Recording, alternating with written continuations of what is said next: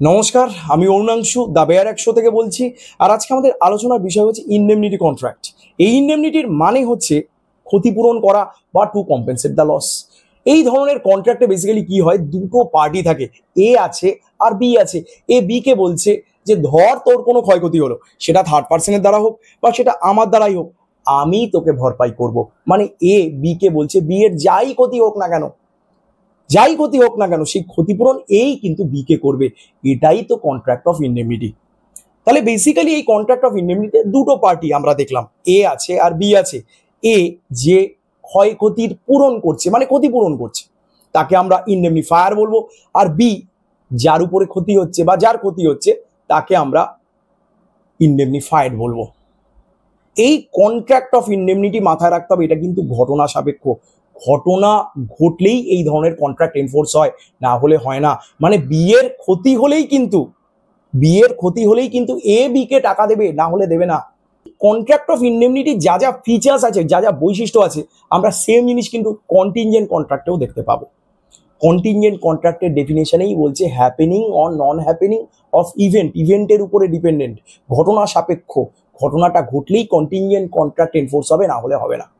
মানে A B কে তখনই টাকা দেবে যখনই বি এর বাড়িটা পুড়ে যাবে। এ বি কে 20,000 টাকা দিচ্ছে, কখন দেবে? বি কে বলেই দিচ্ছে বি কে কখন দেবে, যখন বি এর বাড়ি পুড়ে যাবে।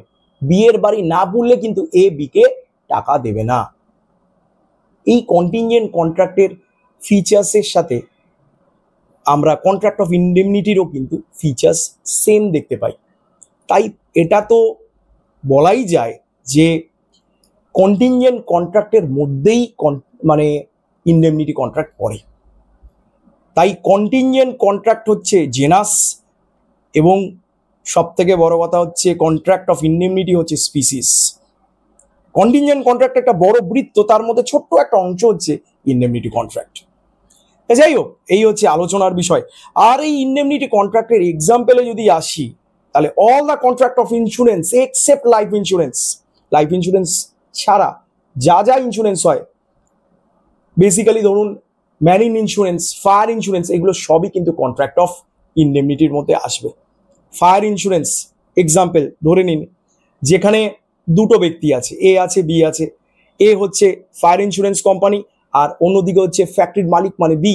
এখানে ফায়ার ইন্স্যুরেন্স কোম্পানি মানে ফ্যাক্টরির মালিককে বলছে, বি কে বলছে যে যখন তোমার ফ্যাক্টরিতে আগুন লাগবে তখনই আমি তোমায় এত টাকা দেব বা এত টাকা কম্পেনসেট করব বা এর ক্ষতিপূরণ করব।